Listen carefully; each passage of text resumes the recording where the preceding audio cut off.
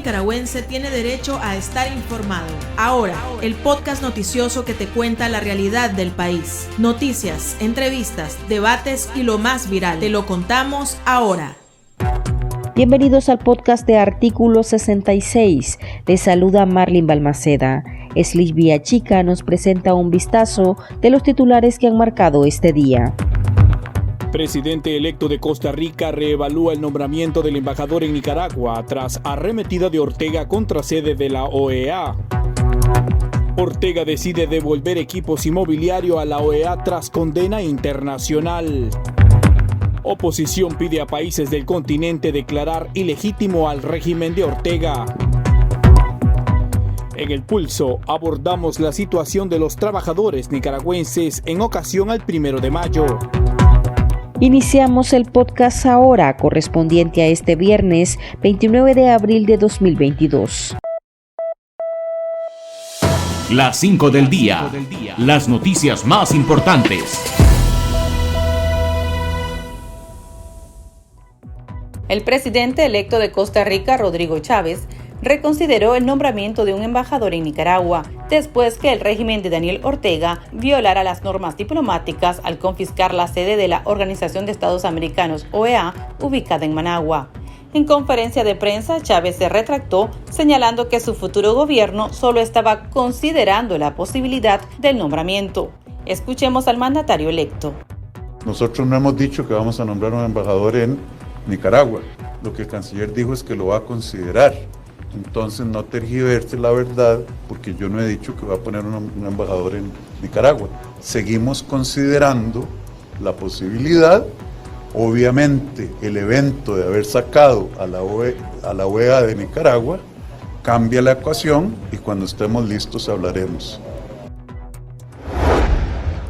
La dictadura de Nicaragua prefirió hacer entrega del mobiliario, equipos, archivos y otras pertenencias de la OEA a los funcionarios administrativos del organismo, tras la expropiación del edificio donde funcionaba la entidad en Managua. A pesar de la subida de tono de las autoridades nacionales en contra de la OEA, la Procuraduría General informó que estas pertenencias no han sido ni usadas ni violentadas por nadie. La aclaración de la entidad ocurre luego que los Estados miembros del organismo continental condenaran el acto por violentar las normas diplomáticas básicas. Escuchemos a Héctor Mairena, miembro de la organización opositora UNAMOS. El régimen consumó un abuso, una transgresión, una violación a los acuerdos y tratados internacionales con el hecho de invadir el local, ¿verdad? Eso es indiscutible, está consumado un acto de abuso. Obviamente la condena por parte de la absoluta mayoría de países en el seno de la OEA podría hacerlo reflexionar y tomar esa medida pues, de devolver los documentos, pero un abuso ha habido, eso es indiscutible.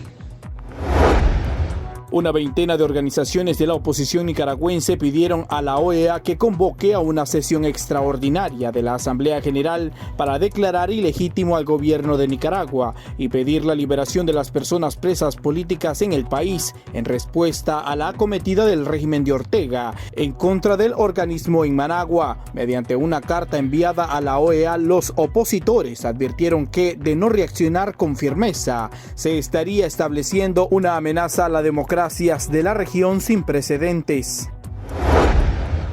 El colectivo de derechos humanos Nicaragua Nunca Más señaló que el nivel de brutalidad y represión estatal persiste en el país. El sexto informe del Observatorio de Tortura, presentado este viernes por la organización humanitaria, detalla que desde diciembre de 2021 a marzo del presente año documentaron 10 casos de personas presas políticas que no reciben una adecuada atención médica y se encuentran en condiciones insalubres e inhumanas. Asimismo, algunos reos han sido golpeados y amenazados en los penales y a otro grupo se le limita las visitas familiares. El colectivo de derechos humanos denunció además otros tratos y penas crueles, inhumanas y degradantes.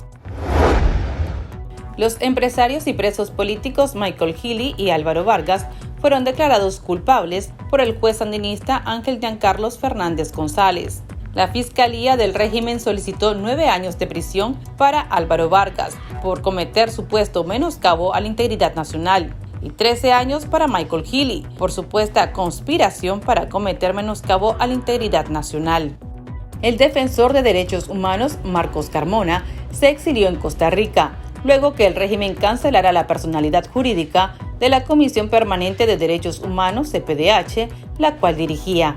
El abogado salió del país en horas de la noche del jueves 28 de abril, rumbo a San José, según el medio 100% Noticias. El Pulso. Le medimos el ritmo a la realidad.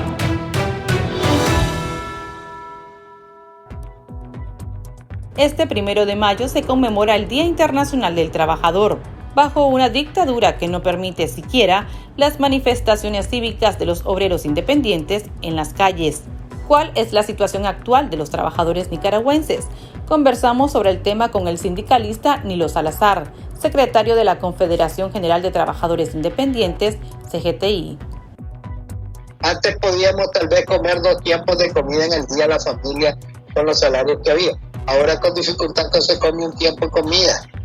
Con eso te dice la pérdida que estamos teniendo. Porque algunos dicen que hemos perdido el 20%. Otros dicen, yo creo que se quedan muy cortos cuando dicen esas cosas. Aquí, si vemos la capacidad que hemos ido perdiendo en el poder de compra, los salarios mínimos que antes podías comprar, por decir de algo de un 50-60% de la canasta básica, y ahora, si vale 17,000 córdobas una canasta, y vamos a hablar, trabajadores de zona franca, 7,500 córdobas, y solo en la comida te gastan 11,000 y tantos córdobas, ni para decir comprar la canasta básica ese salario. Entonces, cada momento vamos reduciendo bárbaramente. O sea, por eso es que estamos viendo tanta migración, porque ya no se aguanta. Vemos también nosotros cuánta gente que tal vez nunca habíamos esperado que decir se va a ir. Ahora están vendiendo su casa, están vendiendo esto, pasando miles de dificultades, la gente pues buscando otro camino. Y realmente la migración que tenemos de nicaragüenses que es tan grande, yo creo que como que hay que hacer también una gran reflexión, porque ahí yo siento que aquí el país, como entre más gente se va, entonces menos son los que reclaman. Entonces la situación es que vayan a buscar la vida por otro lado, que vayan a buscar cómo mandar remesa familiar, que vayan a hacer esto, y qué es lo que están haciendo al final, manteniendo más el aparato del Estado, que cada día nos va estrangulando y cada día para pagarles a ellos también más impuestos por todos lados. Entonces la pérdida aquí es constante y cada momento es más, y la sofocación. Hay una situación tan tensa en la sociedad y es difícil, como también debemos de decir que a los trabajadores en la sociedad, en los centros de trabajo, se ha sembrado la política del miedo. O sea, muchos trabajadores tal vez no reclaman en su trabajo porque me van a correr, porque tal y tal cosa, porque esa política del miedo se ha venido asentando, y los nicaragüenses debemos de darnos cuenta que nosotros debemos de respetar la Constitución y en base a la Constitución reclamar nuestros derechos. Debemos de respetar las leyes y en base al Código del Trabajo debemos de respetar nuestros derechos. Debemos de respetar nuestra convención colectiva y en base a ello reclamarle a todos estos empresarios que apenas le reclama a uno, ya es que uno anda creándoles problemas, y no, el derecho es nuestro derecho, y si no reclamamos, pues peor va a ser la situación. Entonces yo creo de que los nicaragüenses, la clase trabajadora, sea del campo, la ciudad y todo, debemos de despertar, debemos de buscar, como decir, aquí estamos y ya no aguantamos, y busquemos una salida a este problema por todos los medios que sea. El castigo lo sentimos por diferentes caminos y eso nos lleva a que no podemos decir que tenemos mejoría los nicaragüenses.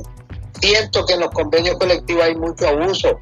Empresarios, por ejemplo, como ven el desempleo, ven grande toda esta situación, entonces quieren pagarle a los trabajadores lo que les da la regalada gana. Y muchas veces las empresas con la subcontratación, subcontratistas también en los diferentes sectores de la economía, vemos esa tercerización que también es un daño y un sistema nocivo contra los intereses de los trabajadores. Y la Asamblea Nacional se quedó con el proyecto de ley de regular la tercerización y la subcontratación y jamás dio una respuesta. Y si vemos solo las noticias, que allá hubo un accidentado, que allá hubo otro accidentado. ¿Por qué? Porque no hay preocupación frente a los trabajadores. Yo creo que este 1 de mayo pues debe ser un momento de reflexión, porque hay que ser claro de que solo estar aguantando todas las medidas que se vengan encima de los asalariados, con todo lo que los impuestos por todos lados que tenemos, yo creo que ya es suficiente. Es necesario que los gobernantes de este país se den cuenta que necesitamos justicia, que necesitamos respeto a la vida laboral. Ahora, ¿cómo ve la situación del desempleo también? Porque, como usted bien mencionaba, muchas personas se han ido precisamente porque no les alcanza el dinero y porque no tienen un empleo tampoco. Es que el problema aquí en Nicaragua es que yo veo que mucha gente, el desempleo es un negocio para los que tienen plata y para los que tienen altos cargos también. ¿Por qué? Porque con el desempleo, entonces la gente está sumisa. Entonces, por un lado, será cierto que quieren abrir fuentes de empleo para que haya empleo para los nicaragüenses. Entonces, yo creo que como que eso no existe realmente, y que lo que hay más bien es una posición. Entre más desempleo hay, entre más pobreza hay, entonces más tenemos que achumicarnos los nicaragüenses y quedarnos callados y no decir nada. No nos podemos comer por ni un pedazo de carne, no te puedes comer el queso ni un buen pedazo de queso porque te cuesta 80, 90 y hasta 100 pesos una libra de queso. Entonces todas estas cuestiones son, como dicen, agotadoras, y son una situación que aquel dirigente sindical que realmente responde por los intereses de los trabajadores, hombre, es una situación que es que está buscando problemas, es que está criticando, es que está en orden, la cosa es real, lo que se está viviendo en el país es muy duro y muy difícil. Quiere decir que este sistema es un sistema que prácticamente beneficia más a los empresarios que a los propios trabajadores. Mire, cuando hay crisis que se benefician, cualquier país del mundo en una crisis son los grandes empresarios, los que tienen plata. Cuando en un país no hay producción, el producto, ¿qué pasa? Tiene mayor precio. Los salarios de esos no suben así, de esa manera. Entonces, el que tiene mayor producto para vender y lo vende a mejor calidad, son los que lo tienen el producto. Cuando hay posiciones, por ejemplo, de que es que el combustible subió, es que se movió tal cosa y que por esto y por el otro tanto, pero si revisamos que los precios que se pagan el combustible en otros países son más baratos que nosotros aquí pagamos, entonces nos vamos a dar cuenta de que las crisis, los desempleos y todo, los grandes beneficiosos muchas veces son los que tienen el control de los productos, porque le suben a la libra de arroz de la noche a la mañana, vale tanto. Si la que tenés la llevas, si no la llevas. Una bola de jabón que antes costaba 20 pesos, ahora 27 pesos. Una bolsita de café que la compraba en 3 pesos, 7, 8 córdobas una bolsa de café. Entonces ya ni beberte un puño de café podés. Prácticamente esta es una situación inconcebible. Hay criaturas en este país que aguantan hambre, que se van a los colegios mal comido y todo. Entonces, esas son realidades que nosotros estamos viviendo y no nos podemos hacer sordos ni los ciegos ni nada. Las realidades ahí están. Levantemos nuestra frente en alto. Los mártires de Chicago lucharon por defender los derechos de los trabajadores. Fueron ahorcados, fueron fusilados. Tal vez Nilo Salazar también le puede pasar lo mismo por ser tan franco en decir estas cosas, pero las realidades son esas. Aquí nadie es de gratis que tener tal cosa. Aquí con los impuestos que paga el pueblo es que se construye, es con esto. Y si se consigue préstamos financiados, al final el pueblo es el pueblo el que paga, no es nadie el que pone una obra por su linda gracia, porque sigue este abuso de la tercerización, de la subcontratación. Quieren pagar cuando ellos quieren. Manténgase en el sector construcción el pago catorcenal. No puede seguirse permitiendo que las cosas sean así. Bueno, ya viene el 1 de mayo y no hay manifestaciones. Ya los trabajadores ni siquiera pueden manifestarse en las calles, por ejemplo. Bueno, aquí el de manifestarse puede. El problema es que, como yo he dicho, el sistema de miedo, si hacer tal cosa, Eso de tener con miedo a los trabajadores no es correcto, a ningún pueblo. Muchas veces el miedo se quita de la noche a la mañana. Y eso no es correcto. Sin embargo, también hay que decir una cosa muy cruda. Yo siento que muchos dirigentes sindicales están muy bien todo lo que se haga en el país y no dicen nada. Por ahí escuché hace poco uno de ellos que coincidió con la posición de lo que hablamos nosotros. Por ejemplo, con el IR, que dijo que ahora los trabajadores de la zona franca los va a perjudicar. Ahora que están viendo los otros sectores que ya los están tocando y los están golpeando, ahora sí ya están empezando a hablar. Yo creo que debemos de hablar todos, quitémonos esa posición de estar callados, y es necesario. Si realmente somos organizaciones que representamos a los trabajadores, seamos francos para decir la verdad. Decimos que el techo del IR debe ser igual al valor de 12 canastas básicas al año. Y lo hemos dicho clarito, y en todas las mantas y todo lo que tenemos, ahí está, y no hemos cambiado una posición. Y si ahorita prácticamente no vemos nosotros marcha, de pronto pueden hacer una buena marcha. Eso no lo descartemos. Entonces quiere decir que sí, que si ustedes solicitan permiso para marchar, ustedes sí pueden marchar. Yo te voy a decir lo siguiente: desde hace rato en Nicaragua, y tú que eres joven y que la has andado de cerca de las marchas, te das cuenta que aquí no hay autorización de permiso para marcha. A nosotros como movimiento sindical toda la vida nosotros pedimos permiso para hacer una marcha.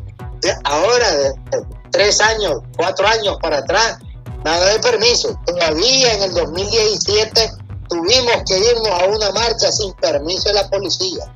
Cuando propiamente allá por el 2018 en Ciudad Jardín llegamos sin permiso de la policía. Entonces, también arriesgar a los trabajadores no es correcto, pues, porque sí. Lo que aquí hubiera de saber es que la policía autorice los permisos y que nosotros respetemos el marco de lo que es los permisos, que seamos respetuosos en la calle, que hagamos las cosas correctamente, que no vayamos a hacer daño ni nada. Eso debiera de ser. El problema es que aquí no hay permiso para nadie para que haga marcha. Aquí hacer marcha es decisión de la organización que lo quiere hacer, y ya sabe que lo que le viene encima qué cosa es. Muchas gracias, don Milo, muy amable. Cómo no. Para estar al tanto del acontecer nacional y conocer las voces calificadas sobre la realidad nacional, ahora el podcast informativo sobre Nicaragua.